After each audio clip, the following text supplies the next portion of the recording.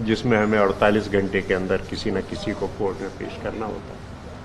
Corruption ایک بہت بڑا مسئلہ ہے، لیکن اس کرپشن کو ختم کرنے کے لیے کوئی سنجیدہ کام نہیں کیا جا رہا، کوئی مشورہ نہیں کیا جا رہا کہ آپس میں مل کے بیٹھیں اور کوئی طریقہ کار ایسے نکالیں کہ جس سے نچلے لیول پہ کرپشن کو چیک کیا جا سکے.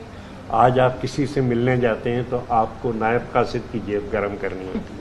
کوئی بھی فائل اگر آپ کا کسی ڈپارٹمنٹ میں ہے تو آپ کو پہیے لگانے پڑتے ہیں اس کے اندر رشوت کے. نہیں تو اس مسئلے کو کیسے حل کیا جائے؟ یہ ایک عوامی مسئلہ ہے، اور میں سمجھتا ہوں اور میں اپنی حکومت کو یہی صوبائی حکومت کو تجویز دے رہا ہوں کہ اسمبلی کا، پروونشل اسمبلی کا اوور سائٹ ہو تمام محکموں کی کارکردگی پہ، اور لوگوں کی شکایتیں سنی جائیں، اور جو بھی لوگ مقرر کیے جائیں اس کام کے لیے وہ ہر تیسرے مہینے بعد اپنی رپورٹ اسمبلیوں کو پیش کریں.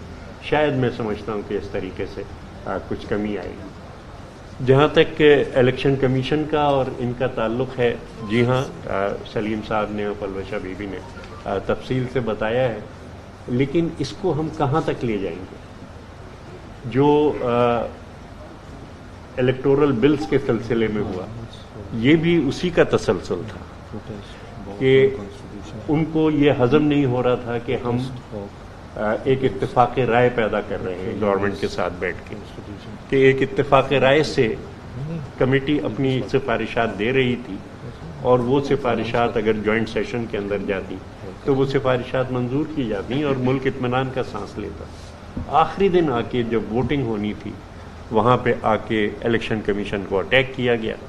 میں چیئر کر رہا تھا، میں بار بار کہتا رہا کہ جناب ہم بل پہ بات کریں، الیکشن کمیشن کے خلاف آپ کو کچھ کہنا ہے بعد میں پریس کانفرنس کر لیے گا، لیکن اٹیکس کیے گئے الیکشن کمیشن کے اوپر. اور میں سمجھتا ہوں کہ ان اٹیکس کی بنیادی وجہ یہ تھی کہ الیکشن کمیشن جو ہے وہ کارروائی کر رہا ہے، اور جو کیس ان کے سامنے پی ٹی آئی کے ہی ایک ممبر کا رکھا ہوا ہے وہ اس کیس کو دیکھا جا رہا ہے. بہت ضرورت ہے اتفاق رائے پیدا کرنے کی.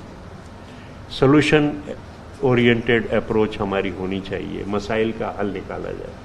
لیکن اگر آپ صبح سے شام تک برا بھلا کہتے رہیں گے اور تعصب آپ کو اس حد تک لے جائے گا کہ جہاں سوچنے سمجھنے کی طاقت ختم ہو جاتی ہے تو پھر آپ مسائل کا حل نہیں نکال سکیں گے. جب بھی مشاورت ہوئی ہے 18ویں ترمیم کے اندر اتفاق رائے پیدا ہوا، پچھلے NFC کے اندر اتفاق رائے پیدا ہوا. یہ حکومت کا کام ہے کہ اتفاق رائے پیدا کر دیے جائے. بہرحال ہم جو کچھ بھی کر سکتے ہیں، we can't lead without uniting the nation. ہم جو کچھ بھی کر سکتے ہیں وہ ہماری کوشش جاری رہے گی. اور میں آپ سے صرف اتنی گزارش کروں کہ میڈیا کی طرف سے ایک سولوشن اورینٹڈ اپروچ آئے. اس چیز پہ زور دیا جائے کہ ہمیں مسائل کو حل کرنا ہے، صرف برا بھلا ایک دوسرے کو نہیں کہنا ہے. یہ جو چیز ہے کہ ایک مہذب سیاسی کلچر ہمارے ہاں ختم ہو گیا ہے، ایک دوسرے کا احترام ختم ہو گیا ہے، اس کو ریوائیو کیا جائے.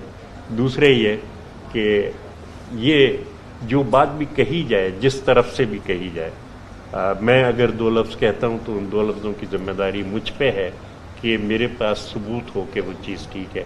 اور اگر کوئی بیان دینے والا آپ کو ثبوت پیش نہیں کرتا تو میرے خیال سے اس کا بیان ردی کی ٹوکری میں پھینکنا چاہیے، اس کو چھاپنا نہیں چاہیے، اس کو سارے میں نہیں لینا چاہیے، اور دوسری پارٹی سے بھی پوچھ لینا چاہیے کہ بہت بہت شکریہ. جی یہ بتائیے گا کہ جیسے میڈم بھی کہہ رہی تھی، آپ نے بھی کہا کہ مہنگائی ہے، بے روزگاری ہے، بڑی تباہی پھیل چکی ہے.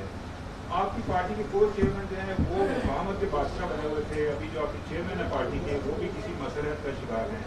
سندھ میں گورنمنٹ ہے آپ لوگوں کی، تو آپ پوری عملی تحریک شروع کرتے ہیں اگر نجات لانی ہے تو آپ سندھ حکومت سے باہر نکلیں، الیکشن دوبارہ ہوں تو باہر کیوں نہیں آتے؟ آپ ٹویٹر کے اوپر، سوشل میڈیا کے اوپر، پریس کانفرنس سے باہر نہیں آ رہے آپ لوگ اپوزیشن.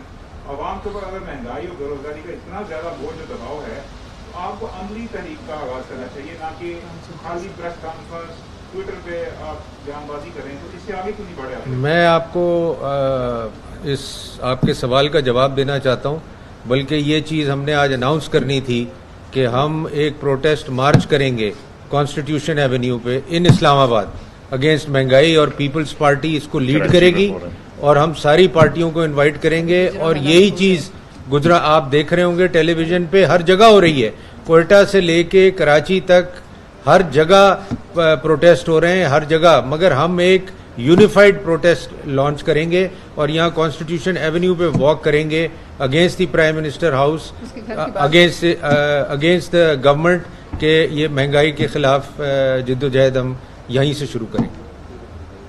یہ بتائیں کہ جو نیب آرڈیننس آیا ہے اس کے تحت کچھ جو کیسز ہیں پیپلز پارٹی کے ان کو ریلیف مل سکتا ہے, تو پیپلز پارٹی یا آپ کے جو کیسز ہیں آپ کو ریلیف دینا چاہیں گے یا؟ دیکھیں, میرا کہنا وہی ہے جو میں نے آپ کو پہلے کہا کہ نیب کا آرڈیننس ون سائیڈڈ لانا ہی غلط ہے.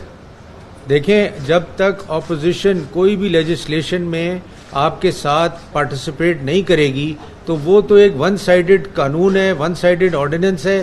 اس سے کسی کو بینیفٹ ہو رہا ہے یا نہیں ہو رہا وہ سیکنڈری کویسچن ہے, اور کوئی اس کو لے گا یا نہیں لے گا وہ ایک سیکنڈری کویسچن ہے. فی الحال تو یہ ریجیکٹ کیا جا رہا ہے پارلیمنٹ میں, اس کی ریجیکشن فائل ہو رہی ہے. دوسرا, ہائی کورٹ میں اسلام آباد کے, لاہور کے, اس کے خلاف پٹیشن ہو گئی ہے. تو اس قسم کا قانون لانے کی ضرورت کیا ہے؟ میرا کہنے کا مطلب ہے اگر آپ ایک اچھا کام کرنے جا رہے ہیں, دیر سے کرنے جا رہے ہیں, ہم تو کہہ کے تھک گئے ہیں کہ نیب کے آرڈیننس کو صحیح کریں. کسی ایک آدمی کے لیے مت کریں, آپ سارے پاکستان کے لیے کریں. مگر اگر آپ ون سائیڈڈ قانون لائیں گے وہ اچھا بھی ہوگا تو لوگ اس کو ایکسیپٹ نہیں کریں گے. تو میرا خیال ہے کہ گورنمنٹ کو بیٹھنا چاہیے اور اس قانون کو اپوزیشن کا انپٹ لے کے ایک کلیکٹو وزڈم کے ساتھ پاس کرانا چاہیے تاکہ اس کا فائدہ اکراس دا بورڈ ہو. یہ نہیں کہ جی پیپلز پارٹی کا کیس ہے یا پی ایم ایل این کا کیس ہے یا پی ٹی آئی کا کیس ہے, اس ایشو پہ قانون نہیں بننا چاہیے. جی جناب. آپ لوگوں نے پریس کانفرنس میں تو ہمیشہ کافی سخت زبان استعمال کی, ویڈیو میں بھی کرتے ہیں, لیکن عملی طور پر صدر حکومت کی جانب سے 3 سے 4 اسٹیپ ایسے ہیں جو completely in violation of constitution.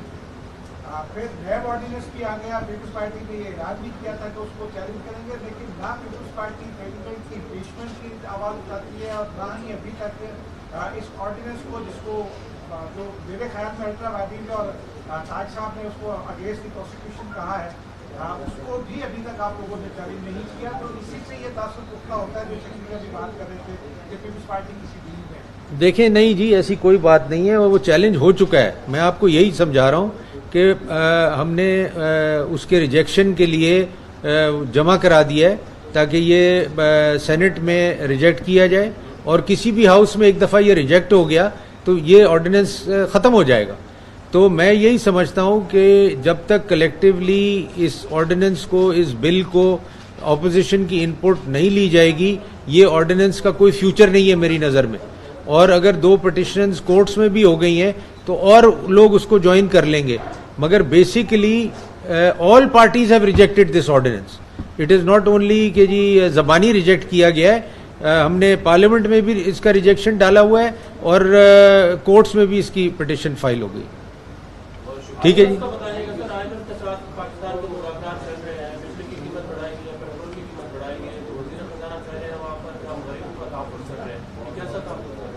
ہاں صاحب, اگر آپ نے میری پوسٹ بجٹ کانفرنس دیکھی ہوگی تو اس میں نے پہلے کہہ دیا تھا کہ 600 بلین ہم نے ریکور کرنا ہے پیٹرولیم سے. یہ بجٹ میں فگر ہے, میں ہوا میں بات نہیں کر رہا, آپ بجٹ کی کتابیں نکال لیں تو یہ تو 20 روپے آپ نے لگانا ہی لگانا ہے لیٹر کے اوپر. تو یہ جو آپ دیکھ رہے ہیں انکریز, پیریوڈک انکریز, یہ تو تھوڑا ڈیلے ہو گیا ہے. اس کو تو بہت پہلے ہفتے لگ جانا چاہیے تھا 20 روپے on every litre of petrol, diesel, ہر چیز میں. اور جب تک یہ لگے گا نہیں آپ کے 600 بلین پورے نہیں ہوں گے, بجٹ کا خسارہ اور بڑھے گا. تو یہ تو لگنا ہی تھا, یہ تو کوئی نئی چیز ہے نہیں. نہیں, ٹھیک اور غلط کی بات نہیں ہے, بات یہ ہے کہ آپ نے ایک بجٹ میں 600 بلین کی فگر رکھ دی تو وہ تو آپ نے لگانا ہی ہے اور لوگوں نے دینا ہے.